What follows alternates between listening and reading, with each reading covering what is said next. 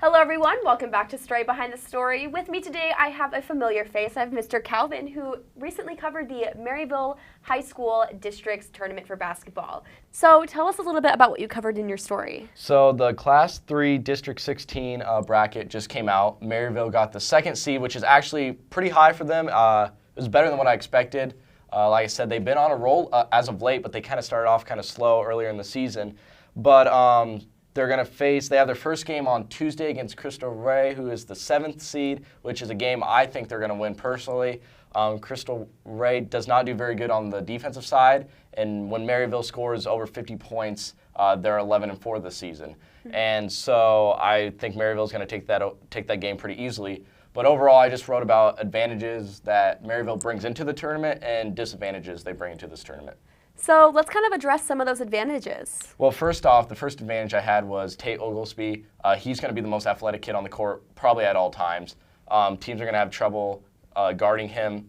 Another advantage I put down is early matchup potentials. Like I said, Maryville's probably going to run away with the first game. Then they'll probably face either Cameron or Lathrop, who they beat both times that they played them. And they faced Cameron twice, beat him twice. They faced Lathrop once, beat them once, so they already know how they roll, and so I think those two advantages are the big ones. So now what about the disadvantages?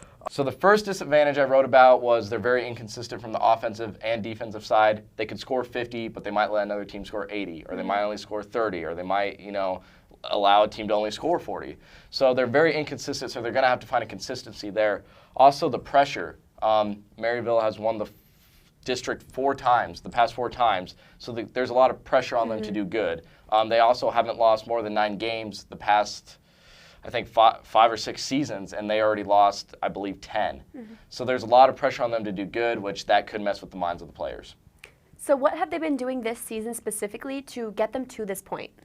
Like I said, they started off very slow. I don't think the team chemistry was there, and I don't really think they came together as a team until of late. In February, they were on, I think, a 5 to 6 game win streak at one point.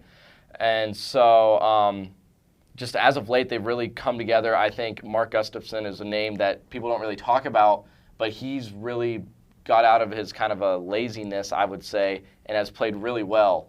Tate Oglesby has taken control. So I think this team is coming together. I think they're playing as a team. They're passing the ball. They're playing good defense. So that's what's gotten them to the second seed. So now they're at this point.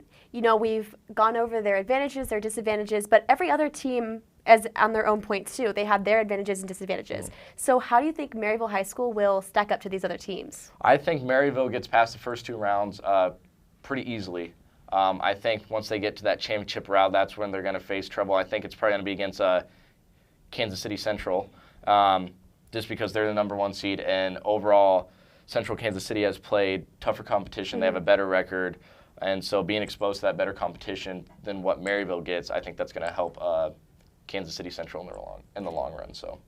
Most definitely. I can't wait to see how it all turns out for them, and I can't wait to see what you cover. Awesome. Thank you. Thank you so much for sitting down with me, and as always, thank you guys so much for watching. I'll see you guys later.